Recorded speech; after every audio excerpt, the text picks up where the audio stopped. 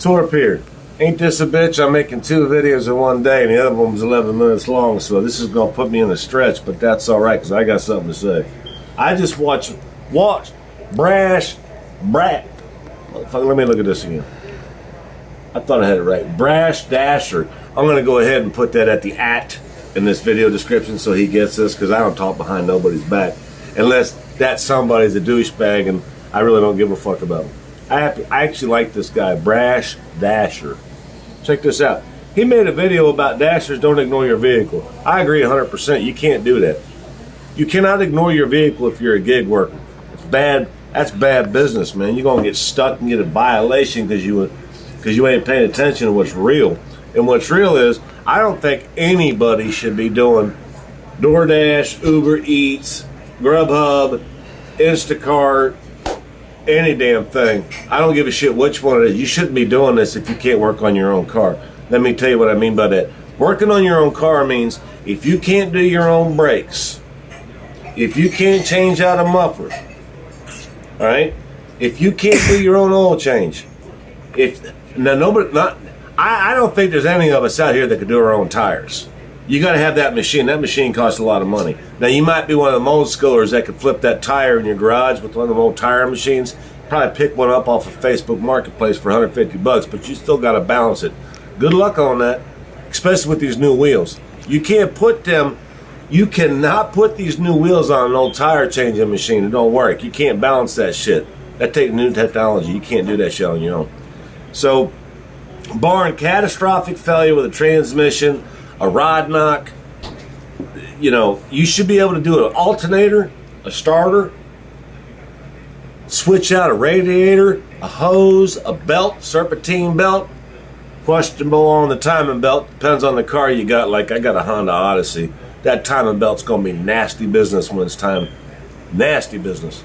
You got the water pump is driven by the timing belt, and that shit's all integrated into the block. You don't want nothing to do with it unless you got to. I don't even know if I can do it. And I'm a shade tree mechanic, which brings me to my point. If you can't do these things on your own, you shouldn't be doing this work, in my opinion. The reason being is anything like a starter. I mean, right now we're getting all our shit from China, even worse than before. A starter costs you $200. I don't give a shit if you live in Arkansas. No pun intended. But I think that's one of the cheapest states we got. Everything's coming from China, though. AC Delco's China now, y'all. Think about that one for a second. It doesn't matter what you're buying. It's from China. All that shit, it's either China or Mexico. Oh, yeah, he a racist. No, I'm a realist. That shit's expensive, and the quality control's garbage. It is what it is. I can't make this shit up. So if you can't do your own starter, your own alternator, oil changes, again, not the tires, like maybe even a fucking CV joint on a wheel, because that shit's going to go out too. Pressed in and all that. You could do that in your garage, by the way. Your own driveway, you could do a CV joint. An axle, front axle for front wheel drive, even a rear wheel drive with independent suspension, all that shit. You can do that.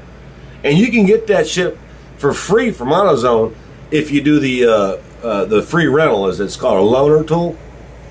The thing is I love it when people say, oh man, you shade tree mechanic. I mean, no, it's not just that I'm a shade tree mechanic. Man, you know how many YouTube videos are up to show you how to do this shit? It's not like finding a diamond.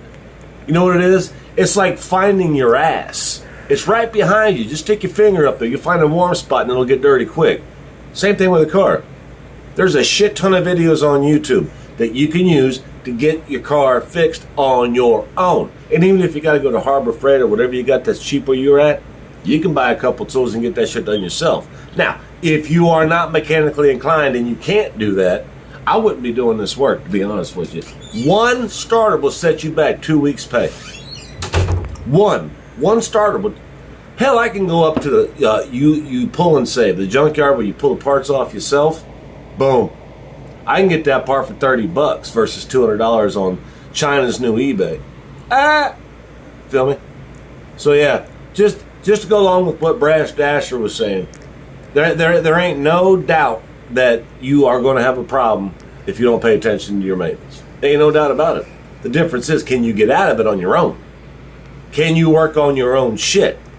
Barring transmission failure, rod knock. The reason I say rod knock is because once a rod knock comes up, that's a motor replacement. And if you don't know what that is, you should not be doing this line of work, because our vitality goes with the vehicle that we be driving. I got 3 backup cars. I can work on all of them, including my Honda Odyssey, which is my favorite because it got all kinds of room and space and heated seats for the winter. But if I couldn't do that shit myself, I wouldn't even be doing this. I just go ahead and head on over to another W-2 job and call it a day. Honestly, I would, because I get where a lot of these people are coming from. They're saying, man, well, your car break down, you're out all that money. It's like, yeah, if you don't know what you're doing, you know. That's a correct statement if you don't know what you're doing. They never add that to it. It's like, yeah, that's one thing they don't tell you.